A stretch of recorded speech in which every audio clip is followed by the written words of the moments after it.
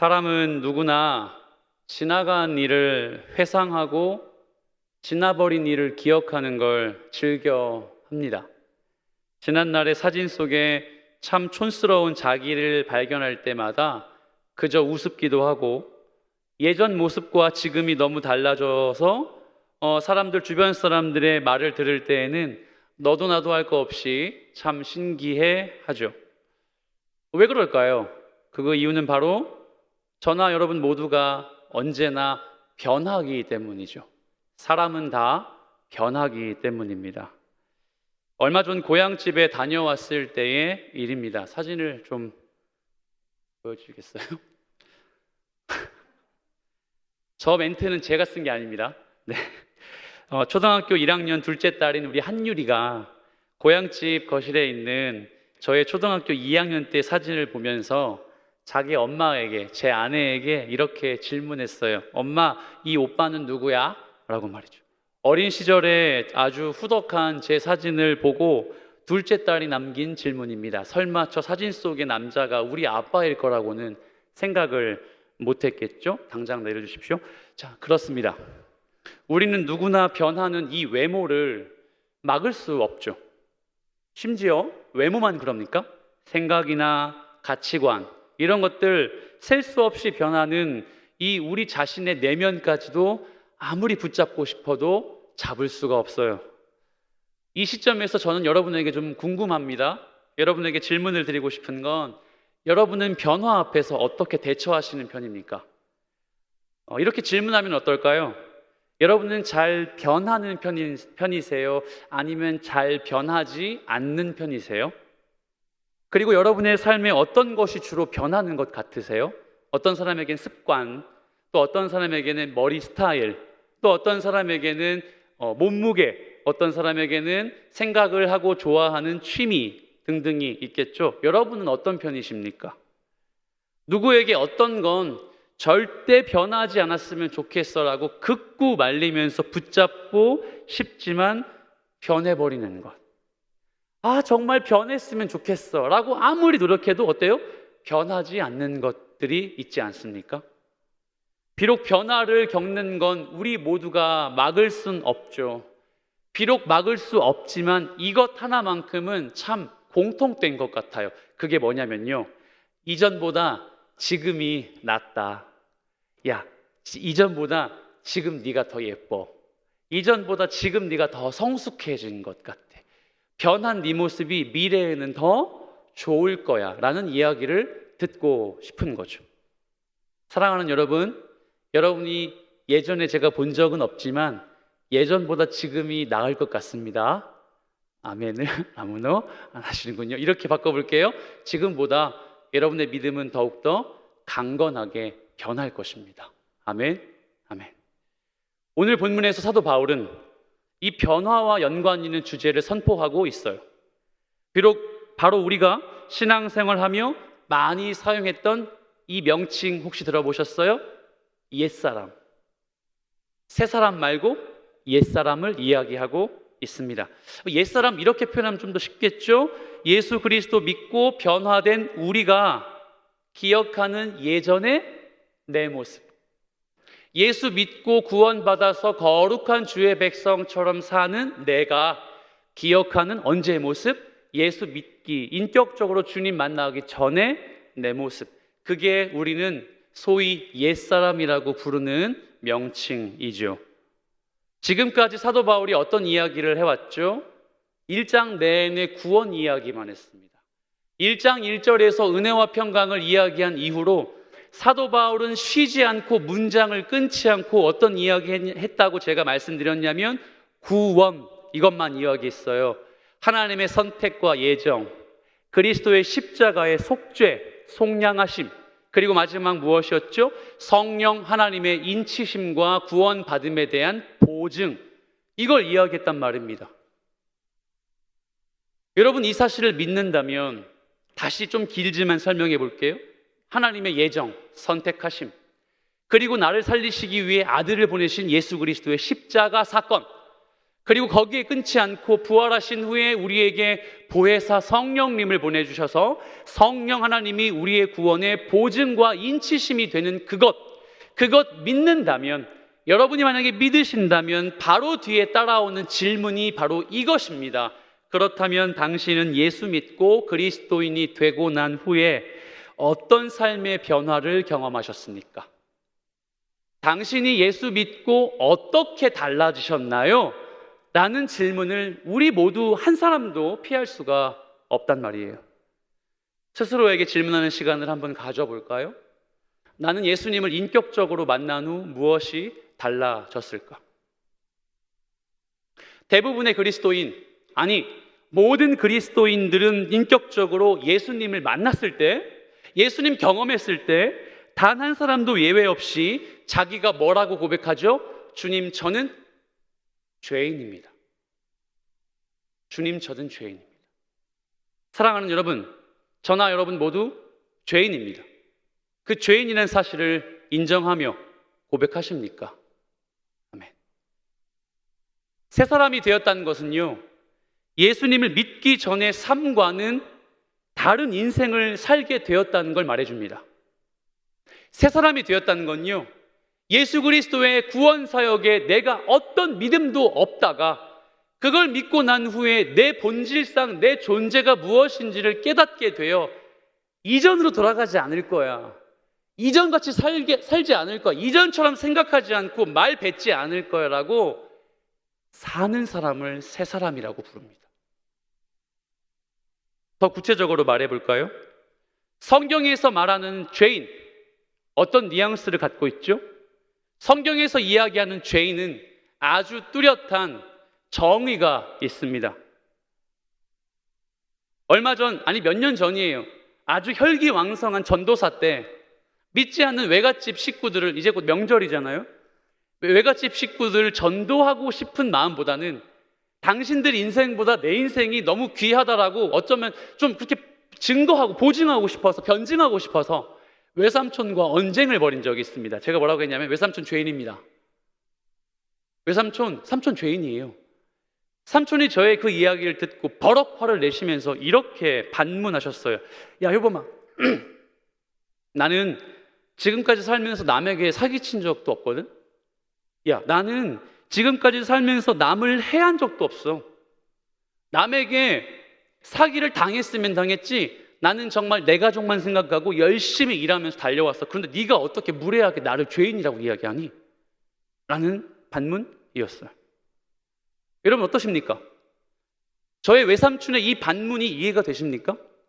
세상에서 말하는 죄는 마음으로 죄를 지어 행동으로 드러났을 때 그것을 특정한 윤리적이고 도덕적이고 합법적인 판단에 의해서 그것이 정의롭지 않거나 올바르지 않으면 죄라고 규정하죠. 하지만 성경에서 이야기하는 죄는 그 뉘앙스가 전적으로 이와 다릅니다. 성경의 눈을 가지고 우리가 죄인임을 인식하는 것은 죄를 지었다, 그러니까 남을 미워했다, 남을 때렸다, 물건을 훔쳤다의 행동과 행위 한참 이전에, 아주 한참 이전에라고 표현해 볼게요. 그 이전에 내가 내 주 되신 하나님 앞에서 어떤 유익도 어떤 이득도 줄 수 없는 무익한 자라는 것을 인정하는 것이 죄입니다. 그러므로 사랑하는 성도 여러분, 여러분이 죄인이라는 사실을 고백할 때에 절대 무엇 잘못하고 이기적이고 누구를 미워해서 죄인이라는 자책은 그만 좀 접어두시고 이렇게 먼저 고백하십시오. 하나님 앞에서 제가 참 무익합니다. 하나님, 나를 위해 선택하시고 예정하셨으며 십자가를 달리시기까지 구원하신 주님, 거기에 끝나지 않고 영원한 구원의 보증을 주시기 위해 성령으로 함께 하시는 주님, 어쩌죠? 하나님이 이렇게 나를 위해서 열심을 다해 사역하셨건만 저는 그 하나님 앞에서 그저 죄인입니다. 사랑하는 여러분, 이것이 성경에서 이야기하는 죄입니다. 아무리 도덕적으로 착하게 사는 사람이라 해도, 아무리 선량해 보이는 교회 오빠라 할지라도 그는 단지 하나님 앞에서 죄인의 정체성을 갖고 있을 뿐입니다. 잘 기억하십시오. 반면에 아주 부도덕하고 나쁜 짓을 일삼는 범죄자라 할지라도 성경은 그 사람의 죄의 경중을 따지기 전에 아주 무례한 죄를 지었고 흉악한 범죄를 짓기 전에 이미 그는 그 행동과 관계없이 무익한 존재의 정체성을 갖고 있을 뿐입니다. 그러므로 사랑하는 여러분, 우리 청년의 때 인생 살며 제가 늘 고백하는 단어와 표현 있죠. 우리 정체성 좀 합시다. 내가 하나님 앞에서 어떤 정체성을 갖고 있는지 그거 잊으시면 안 돼요. 아, 아빠요? 누구의 아들, 딸이요? 대학생이요? 직장인이요? 아니요. 그 정체성을 이야기하는 것이 아니라 태초부터 그 누군가와 맺어진 정체성입니다. 그 누군가가 불러주셔서 너 이거야 라고 가르쳐준 그 정체성을 절대 죽을 때까지 잊으시면 안 된다는 거예요. 그게 뭐냐면요, 죄인이라는 거예요. 하나님 앞에서 죄를 지을 수밖에 없는 존재라는 사실입니다. 이거 기억하는 것이 바로 옛사람이라는 단어예요. 조금 더 자세히 옛사람에 대해서 묵상해 볼까요? 조금 더 깊이 들어가 보겠습니다. 1절 말씀에 이렇게 나와 있습니다. 여러분 1절 말씀을 읽어 주실까요? 시작. 그는 허물과 죄로 죽었던 너희를 살리셨도다. 아멘. 여러분, 모든 그리스도인은 구원을 받기 전에 자신이 어떤 상태였는지를 알아야 한다고 했습니다. 제가 방금 이렇게 핏대 높여 소리치는 게 바로 이 부분이에요. 내가 구원을 알고 믿고 구원 받기 전에 내 존재가 정체성이 어디에 있는지를 이해하고 아는 것이 옛사람이라고 했습니다. 왜 그러냐면 1절이 그걸 증거하고 있기 때문이에요. 1절 보십시오. 그는 허물과 죄로 죽었던 너희를 살리셨도다. 그가 아니면 우리는 허물과 죄로 뭐 하고 있기 때문에, 죽어 있기 때문에. 이걸 신학의 학자들은 이렇게 표현해요. 그가 아니면 우리의 상태는 매우 절망적이다. 사랑하는 여러분, 저는 절망적인 사람입니다. 크고 놀라우신 주님의 사랑을 고백하는 마지막 찬양을 부를 때 바다보다 깊고 하늘보다 넓은 그 사랑을 내가 누린다고 생각하니 너무 부끄러웠습니다. 나 같은 절망적인 존재를 위해서 바다보다 깊은 사랑을 제공하시는 하나님, 나 같은 무익한 존재를 위해서 하늘보다 넓은 그 사랑을 아무 조건과 대가 없이 너 가져 라고 하시는 그 하나님을 기억하니까 제가 너무 부끄럽더라고요. 그리고 너무 죄인스러움에 눈물이 나더라고요. 여러분은 어떠십니까?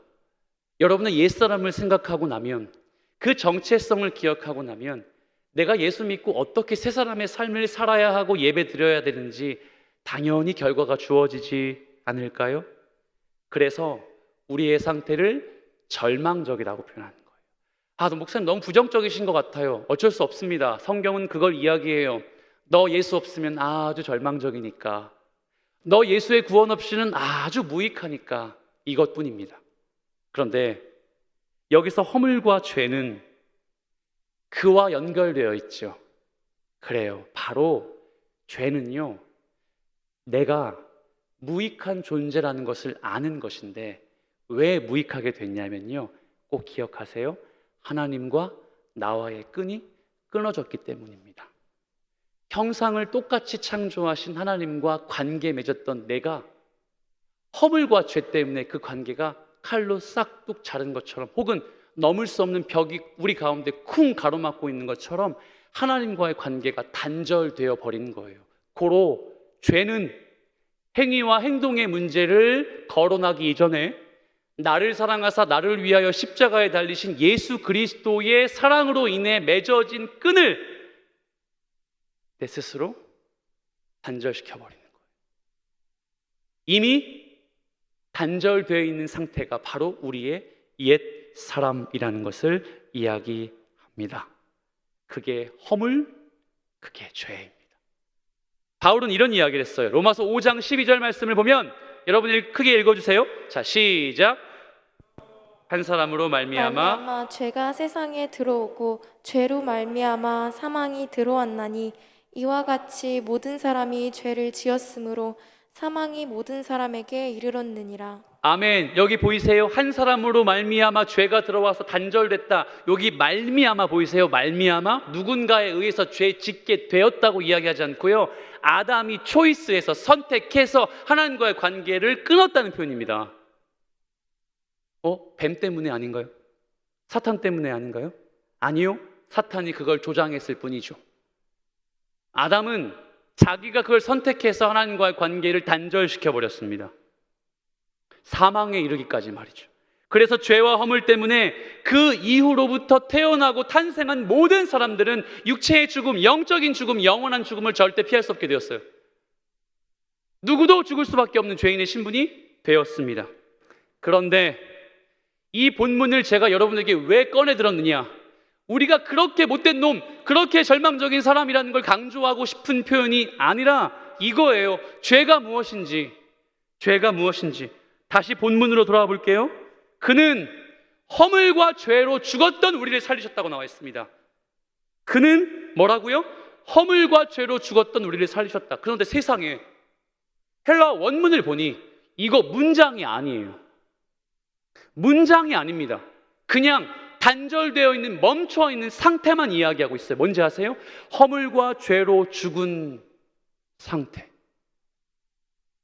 사랑하는 여러분, 만약 우리가 새 사람이 되지 않으면, 그러니까 옛사람의 무익한 우리의 존재의 정체성을 다시 한번 정의하지 않고 기억하지 않으면 거기에 머물러 있게 돼요.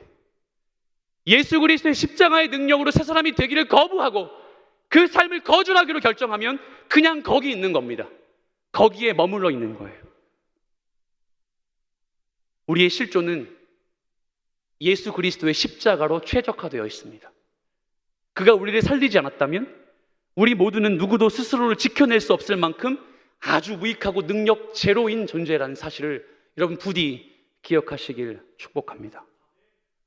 그리고 또 한 가지 특징이 본문에 나와 있어요.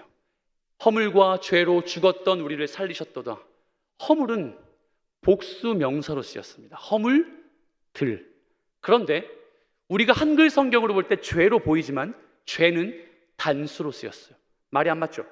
허물들과 죄의 병렬 형식으로 봤을 때 사실상 헬라어 문법상 죄들이라고 하는 게 맞아요. 그런데 사도 바울은 뭔가를 이야기하고 싶어서 허물들 그리고 죄만 이야기했어요. 왜 그랬을까요? 허물은 왜 복수를 썼고 왜 죄는 한 가지인 죄로만 썼을까요? 이거죠. 예수 믿고 살아가는 우리의 인생 중에 하나님과 단절을 경험하게 만드는 꺼리들이, 허물들이 우죽순처럼 밀려온다. 그렇게 밀려온 것 모두 다 뭐다? 죄다. 이기적인 생각, 행동, 예수 믿지 않기 위해서 다른 가치관 선택하는 것, 그거 모두 다 죄다. 왜? 옛사람을 기억하지 않고 새사람의 정체성을 까먹고 살면 허물들 속에 매몰되어서, 허물들 속에 깊숙이 사로잡혀서 죄의 형상으로 그 묶인 인생을 살 수밖에 없는 우리의 자화상을 사도 바울이 에베소 교인에게 증거하고 있는 거예요. 그렇다면 허물들, 죄로 귀결되는 허물들은 뭘 말하는 걸까요? 사도 바울 정말 친절합니다. 오늘 본문에서 세 가지를 이야기하죠. 그렇죠? 첫 번째, 2절에 이렇게 나왔죠. 이 세상의 풍조를 따랐기 때문에. 세상을 살다 보면 우리는 우리 주변에 많은 가치관과 신념 존재가 있다는 걸 압니다. 이를테면 야, 뭐니 해도 머니가 짱이지. 물질 만능주의, 만모니즘이라고 하죠. 인생의 가치를 돈으로 갖고 있는 우리 주변의 많은 사람들. 여러분 혹시 아십니까? 이명박 정부부터 시작된 우리 정부의 작은 정부 되기, 그리고 그 작은 정부 되기가 공기업들을 사기업으로 팔면서 정부의 규모가 작아졌어요. 이게 촉발이 되어서 경제의 논리가 다시 한번 재정립되었는데 그게 바로 신자유주의예요. 신경제 논리라고 이야기하죠. 우리는 아무것도 모르는데 이런 사람들은 이것의 관점과 신념과 가치관을 갖고 그 일을 진행한다는 거예요. 우리가 이미 알고 있는 것도 있지만 그렇지 못한 신념과 관점과 가치관이 정말 많습니다. 그뿐입니까? 유행. 세상을 살다 보면 신념과 관점뿐만 아니라 올해 뭐 FF 뭐냐 뭐 그거 있잖아요. 뭐 패션 트렌드는 뭐야 뭐 이러면서 막 무슨 색깔이야 뭐 이렇게 하잖아요. 그것에 뒤떨어지고 싶지 않은 사실 우리의 욕구도 있죠.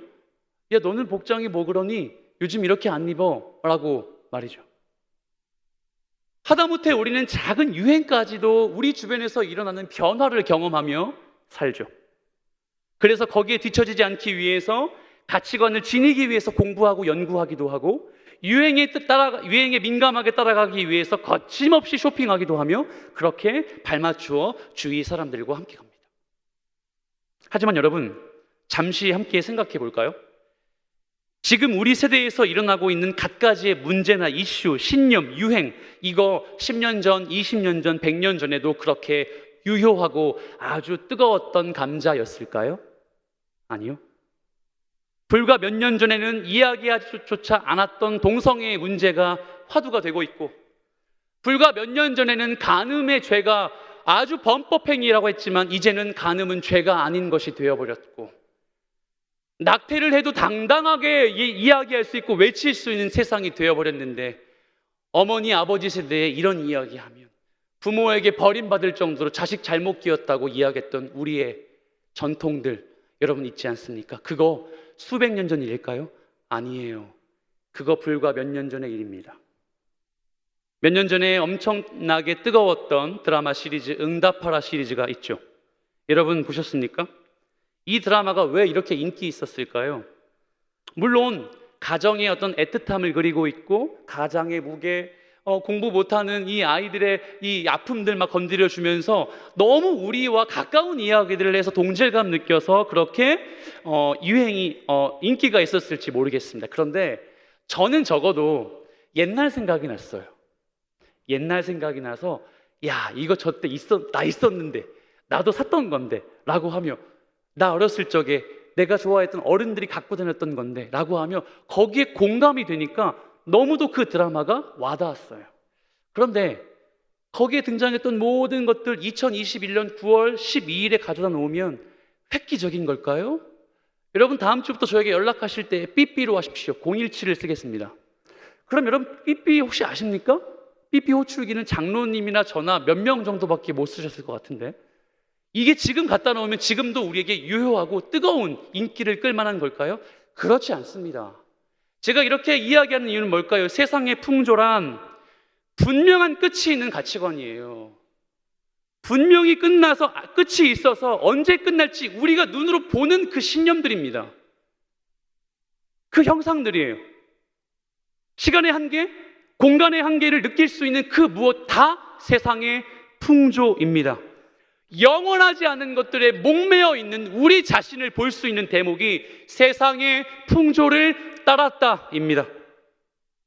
그 말은 즉슨 곧 영원하신 하나님 나라, 예수 그리스도의 복음, 진리의 말씀과 절대 견줄 수 없음에도 불구하고 마땅히 견주기 위해서 애쓰는 우리의 죄성, 사고 싶은 것 사기 위해 예배를 포기하고 가는 행위, 마땅히 지켜야 할 약속 때문에 예배를 합리화시켜서 드리지 않고 있는 우리의 행위, 하나님의 말씀을 봐야 함에도 불구하고 너무 무겁고 지루하니까, 그 말씀이 내가 너무 찔리니까 그 진리의 말씀보다 다른 매체나 SNS, 여러 가지 인터넷을 보는 걸 더 즐겨하는 우리의 행위.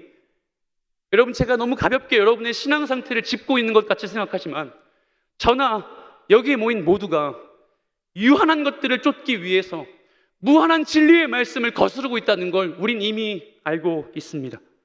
일시적인 행복을 따르기 위해서, 제한적인 기쁨을 따르기 위해서 삶의 영원한 만족을 저리 뒤로 발로 뻥 차버리는 우리 모습 있다는 거예요.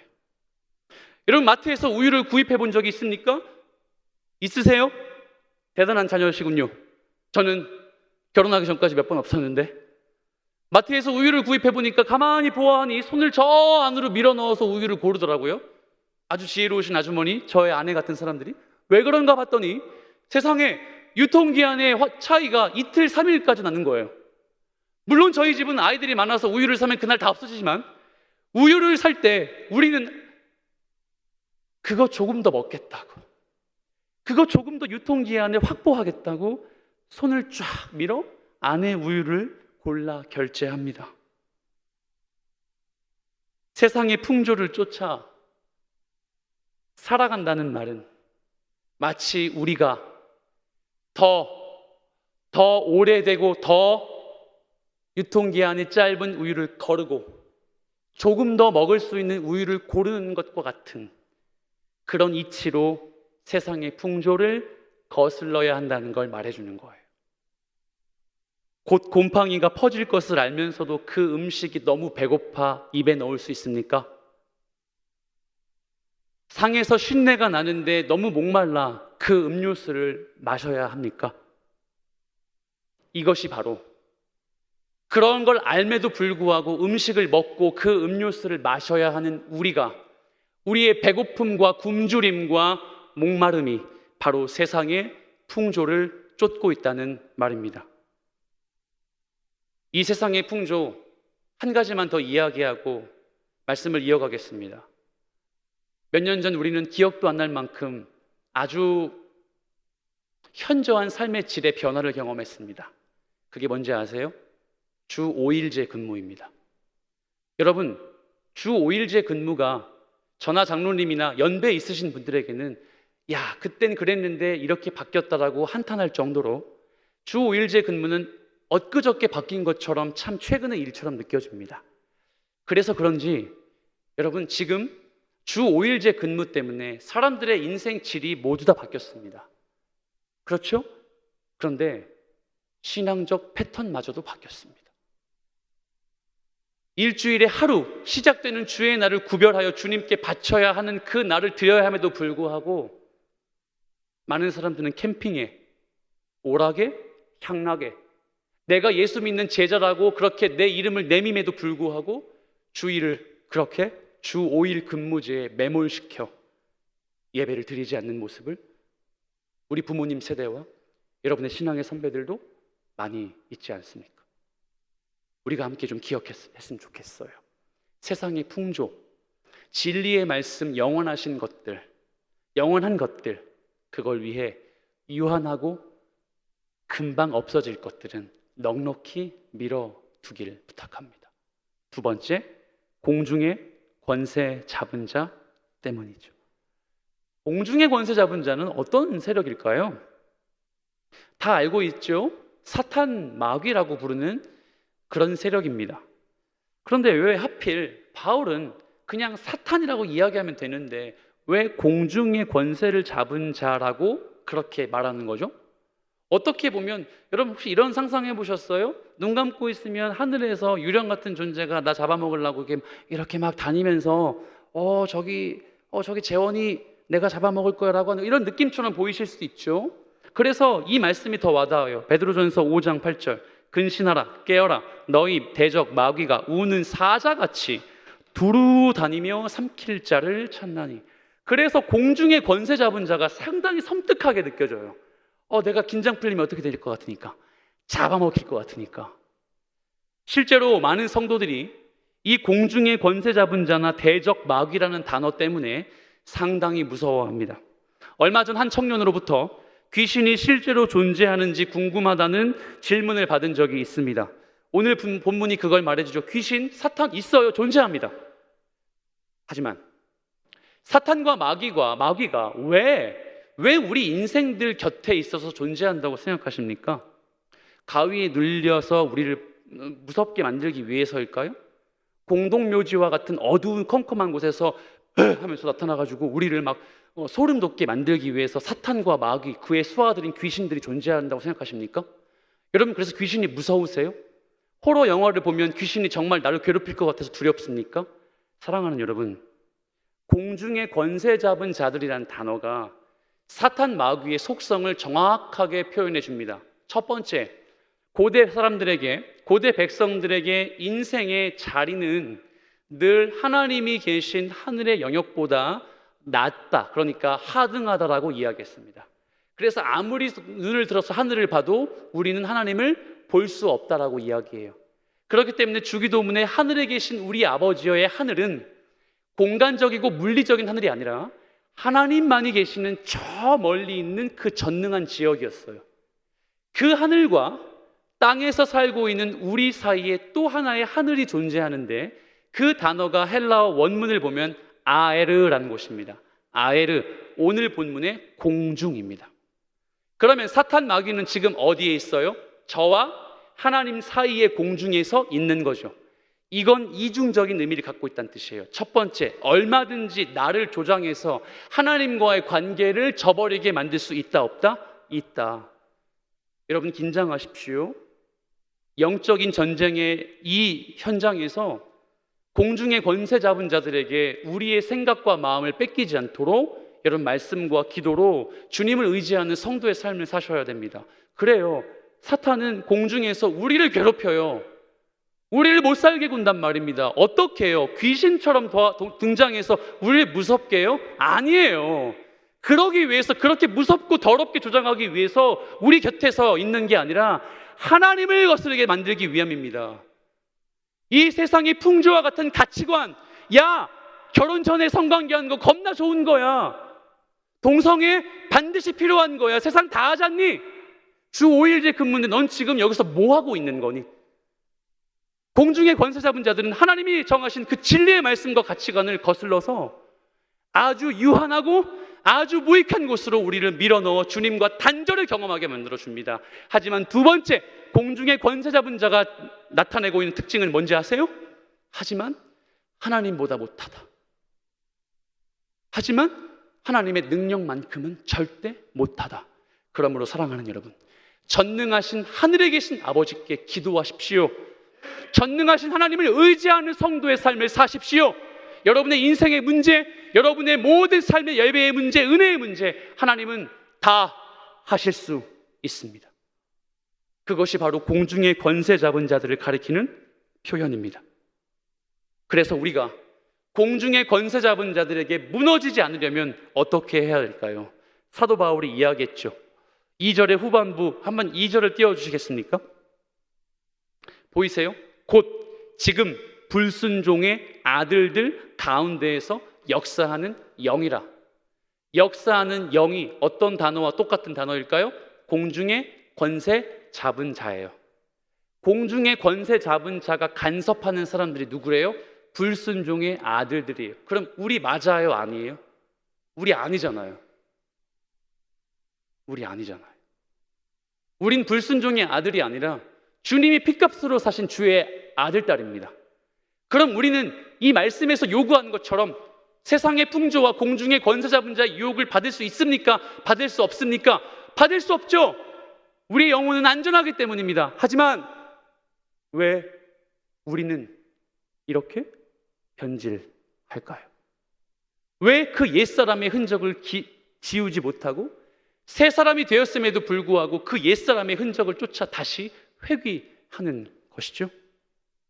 사랑하는 여러분, 성령을 소유하고 성령의 사람이 되시길 축복합니다.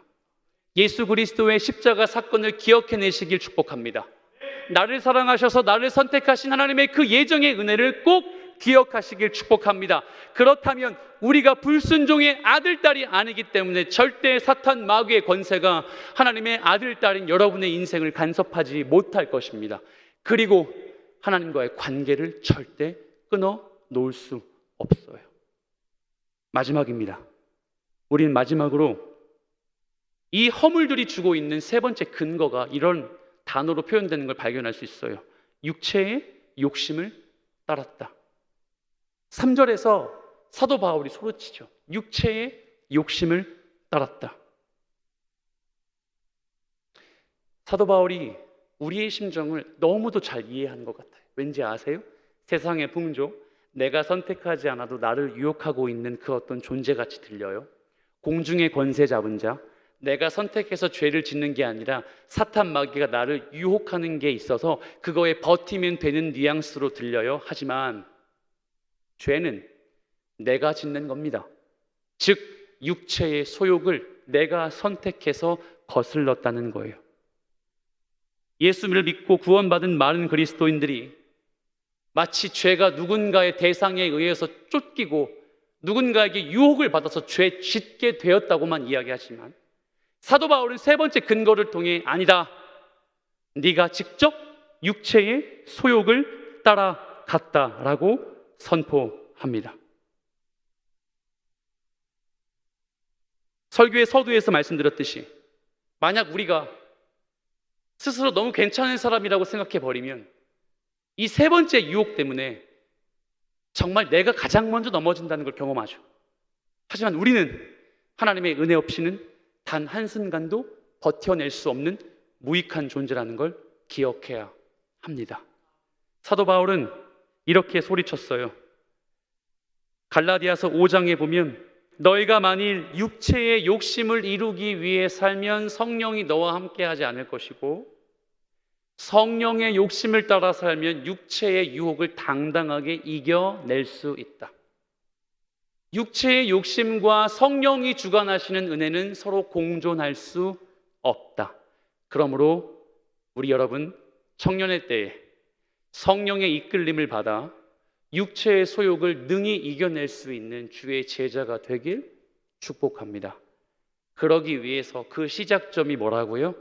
여러분의 옛사람을 기억해내는 거예요. 그 옛사람이요? 다시 좋아서 기억해내요? 다시 돌아가고 싶어서 기억해내요? 예수 믿으니까 이것도 못하고 저것도 못하고 이것도 해야 되고 할 게 너무나 많고 혹은 하지 말아야 될 것도 넘치네. 다시 옛사람 기억하라는 것, 그런 뉘앙스일까요? 아닙니다. 옛사람은 여러분의 지금의 모습을 돌아보게 만들어요. 내가 허물과 죄로 죽었던 상태에서 이제는 예수와 함께하는 제자의 신분으로, 예수와 친구 관계를 맺는 벗의 느낌으로, 그리고 예수를 주인으로 모시는 청지기의 삶으로, 옛사람과 정확하게 반대되는 인생으로 살기 때문에 늘 우리는 그 옛사람을 기억해내야 합니다. 그래서 여러분의 인생 가운데 새로운 길이 펼쳐지길 축복합니다. 새 사람으로 된 지금 인생을 하나님의 은혜를 기억하며 당당하게 나아가시길 축복합니다. 하나님은 그런 여러분의 인생길을 절대 외롭게 두지 않으실 겁니다. 그런 청년의 때를 사시는 여러분 되길 예수 그리스도의 이름으로 축복합니다. 아멘.